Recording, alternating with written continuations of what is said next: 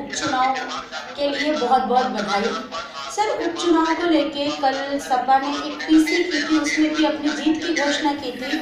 और रोज का रोज किसी न किसी विपक्षी नेता का ये बयान आ रहा था कि बीजेपी का आंकड़ा गिरता जा रहा है और अब की बार बिल्कुल भी बीजेपी सरकार नहीं। तो उपचुनाव के नतीजे क्या बताते हैं?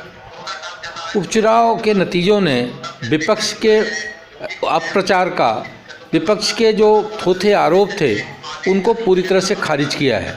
और उत्तर प्रदेश के आदरणीय मुख्यमंत्री योगी आदित्यनाथ जी पे की जो नीतियां हैं, जो उनके कार्यक्रम हैं, जो लोक कल्याणकारी नीतियां हैं, उनका क्रियान्वयन है और भारतीय जनता पार्टी नेतृत्व की नीतियों को पे अपनी मजबूत मोहर लगाने का काम किया। सर, जैसा कि उपचुनाव की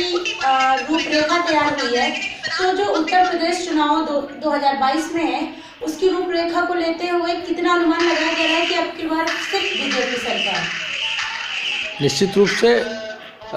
जो भारतीय जनता पार्टी नेतृत्व की सरकार है वो आम जन को समर्पित सरकार है, आम जन की बेहतरी के लिए समर्पित सरकार है, आम जन की खुशहाली के लिए समर्पित सरकार है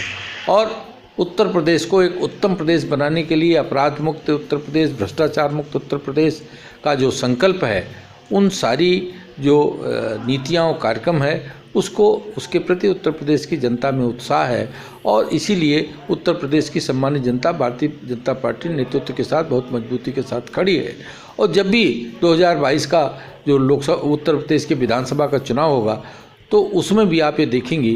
कि उत्तर प्रदेश सम्मानित जनता भारतीय जनता पार्टी नेतृत्व को एक बड़ी मजबूती प्रदान करने का काम करेगी। सर, जैसा कि चुनाव के नतीजे आ रहे हैं उसके बाद विपक्ष ईवीएम को लेकर हमला करेगा और एक ही बात साबित करेगा कि होइए वही जो बीजेपी रचित रखा, इसको लेके आप क्या कहेंगे? देखिए, विपक्ष के जो आरोप हैं वो उसको जनता ने कई बार उसको नकारा है और ये साबित किया है कि विपक्ष अप्रचार करता है, थोथे प्रचार करता है, उसको नकारने का काम किया, अब भी जनता उसको नकारेगी। सर, जिस प्रकार से उपचुनाव के नतीजे आए हैं तो उसको लेके आने वाला जो चुनाव है उसको लेके क्या रूपरेखा तैयार की जाएगी? देखिए, बाई इलेक्शंस में उत्तर प्रदेश के जो रिजल्ट आए हैं